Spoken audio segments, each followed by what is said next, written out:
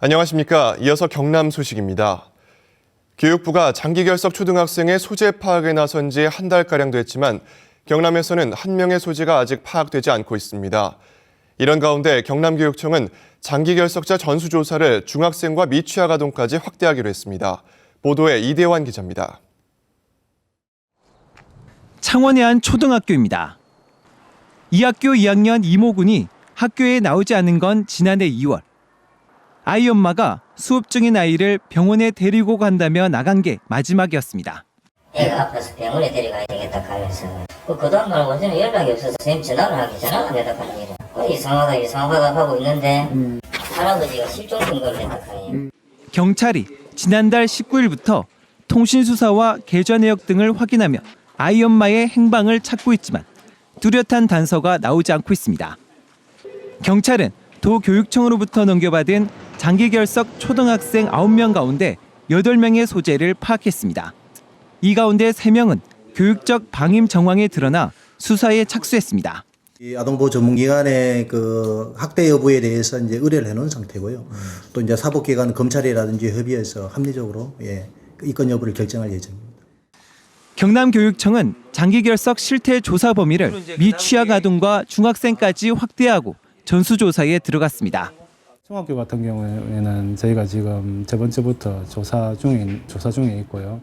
미취학 아동은 2월 1일부터 한 달 동안 또 교육지원청 단위로 주민센터와 합동해서 교육청은 결과가 나오는 다음 달 초 경찰에 수사를 의뢰하고 장기결석 학생 관리 매뉴얼을 새학기 시작 전에 보급할 계획입니다.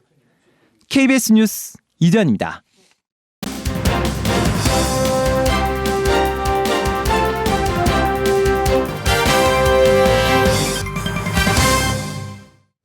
다음은 오는 4월 13일에 치러지는 제20대 국회의원 선거의 예비 후보자를 소개하는 순서입니다. 오늘은 의령 함안 합천 지역구로 중앙선거관리위원회에 등록한 예비 후보자 7명입니다.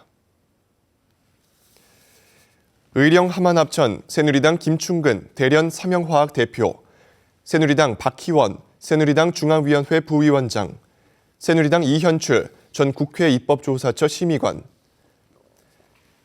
새누리당 이호영 새누리당 국책자문위원, 새누리당 조진래 전 국회의원, 의령 함안 합천 새누리당 주영길 새누리당 중앙위원회 지도위원, 무소속 이군영 전 유한양행 직원이 예비 후보로 등록했습니다. 류순현 경상남도 행정부지사가 어제 취임했습니다. 류 부지사는 합천 출신으로 행정고시로 공무원에 입문한 뒤 행정안전부 자치행정과장과 지방행정정책관, 그리고 대전시 부시장 등을 지냈습니다. 류 부지사는 어제 별도의 취임 행사 없이 곧바로 업무를 시작했습니다. 경남경찰청 성폭력 수사대는 6살 여자 아동 2명을 성추행한 혐의로 20살 홍모 씨를 불구속 입건했습니다. 홍 씨는 지난해 6월 창원시의 한 놀이터에서 놀고 있던 여자 아동 2명이 거부하는데도 몸을 만지며 강제 추행한 혐의를 받고 있습니다. 경찰은 사회관계망 서비스 SNS에 사건을 올리자 제보가 오는 등 공개 이틀 만에 홍 씨를 검거했습니다. 창원시가 오는 10월에 열릴 마산 가고파 국화축제를 유료화하겠다고 밝혔습니다. 또 진해 군항제 등 다른 축제도 유료화를 검토하고 있습니다. 축제 내실화가 명분인데 관람객 감소 등의 우려도 제기됩니다. 송현중 기자가 보도합니다. 오는 10월에 열릴 마산 가고파 국화축제가 올해부터 입장료를 받습니다. 창원시는 가고파 국화축제장 전체를 가림막으로 가려 입장료를 받을 건지 일부 작품 관람만 유료화할 건지 검토하고 있습니다.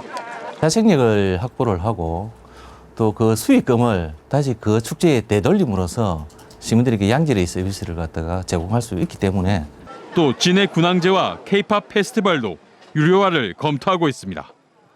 진주 유등축제가 지난해 입장료를 받아 22억 원의 수익을 올린 만큼 창원 지역 축제도 경쟁력을 갖춰야 한다는 겁니다. 하지만 관람객이 줄어들어 지역 축제의 자생력을 해칠 수 있다는 우려도 제기되고 있습니다. 유료화를 통해서 축제가 활성화되는 부분에 과연 기여가 될 것인가라는 부분에 있어서는 상당히 부정적인 의견들이 많았습니다. 전문가들은 유료화에 걸맞는 프로그램을 개발하고 시민들과의 공감대를 형성하는 것이 선결 조건이라고 지적합니다. 유료화 이전에 어떠한 콘텐츠를 도입할 수 있고 어떠한 콘텐츠를 활용해가지고 사람들을 유인할 수 있는지 그러한 방안 마련은 먼저 우선적으로. 창원시는 축제 유료화 범위와 금액을 정하기 위해 공청회와 시민 설문 등을 할 계획입니다. KBS 뉴스 송현준입니다. 시설 재배 농민들은 겨울 가뭄과 지하수 부족으로 어려움을 겪는 경우가 많습니다. 진주에서는 풍부한 강변 여과수로 부족한 지하수를 보충하는 대규모 인공 함양 사업이 추진돼 농민들의 관심을 끌고 있습니다. 보도에 황재락 기자입니다. 2100여 동 비닐하우스가 밀집한 시설 재배단지입니다. 40년 넘게 호박과 고추 농사를 짓는 이영기 씨는 매년 겨울마다 농업 용수가 부족해 적지 않은 어려움을 겪고 있습니다. 수막 재배로 난방비 부담을 들었지만 지하수 고갈로 밤새 냉해 피해를 겪거나 난방비 부담이 늘어나기 때문입니다. 지표면에서 양수기를 한 4m 정도 다운 씌갖고 구덩이를 파 다운 씌갖고 설치를 해놔도 2월 초까지 그때 되면 물이 없어갖고 작물이 얼어버려요. 주변 200헥타르 농민들에게 반복되던 이 문제를 해결하기 위해 국내에서 처음 대규모 인공지하수 보충 사업이 추진됩니다. 이 사업은 강변에 양수정을 잇따라 설치해 풍부한 강변 여가수를 끌어올린 뒤 송수관으로 지하수 고갈 지역에 보내 땅속에 스며들게 하는 방식. 지난 2010년 시범 사업으로 효과를 확인했습니다. 인공적인 지하수 복원으로 안정적인 농업용수 공급이 가능하고 겨울철 난방비와 이산화탄소 발생도 줄일 수 있습니다. 완공이 되면은 가뭄 피해로부터 농민들이 피해를 해소가 되고 가뭄 해소는 근본적으로 해결될 걸로 그렇게 기대를 하고 있습니다. 국비 등 35억 원이 투입되는 국내 첫 인공 함양 사업은 오는 5월 착공해 내년 말 완공 예정입니다. KBS 뉴스 황재락입니다.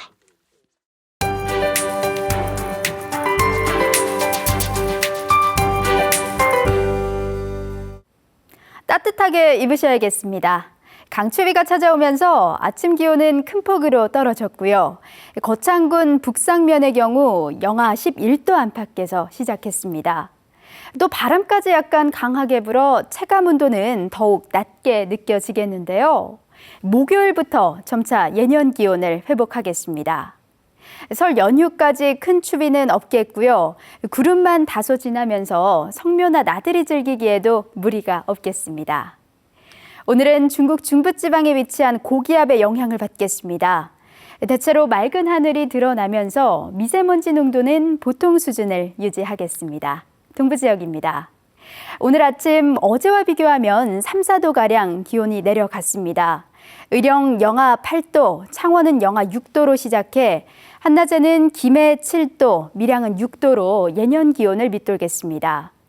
또 대기가 무척 건조해지면서 불이 나기 쉽습니다. 화재 예방에 신경 쓰셔야겠고요. 서부 지역도 영하 7도 선의 강추위가 이어지고 있습니다.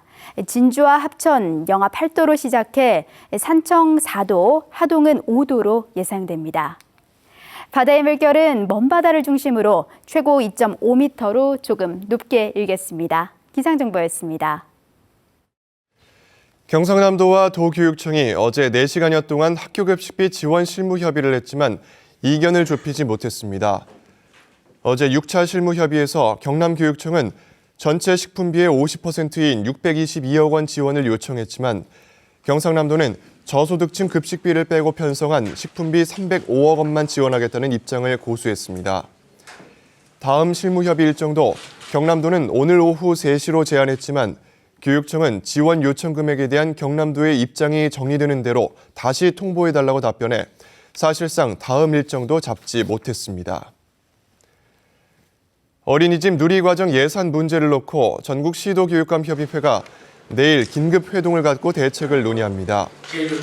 서울시 교육청에서 열리는 이번 회동에서 협의회는 기획재정부 장관과 교육부 장관 등 정부 대표와 여야 대표, 보육, 유아 전문가 등이 참여하는 사회적 논의기구 구성에 대해 의견을 나눌 계획입니다. 장위국 교육감협의회장은 정부에서 사회적 논의기구 구성을 약속하면 일부 예산이라도 세울 용의가 있다는 교육감도 있다며 논의기구에서 누리과정 문제에 대한 근본 대책을 마련해야 한다고 강조했습니다. 지난달 경남 지역 소비자 심리지수가 전달보다 하락해 기준 아래로 내려왔습니다. 한국은행 경남본부의 1월 경남 지역 소비자 동향조사 결과를 보면 소비자 심리지수가 98로 전달보다 3포인트 하락했습니다. 이는 지난해 8월 100을 기록한 뒤 5개월 만에 장기 평균치 아래로 떨어진 것입니다. 소비자 심리지수는 6개 주요 지수를 이용해 산출한 심리지표로 100보다 작으면 비관적이라는 뜻입니다. KBS 뉴스를 마칩니다. 고맙습니다.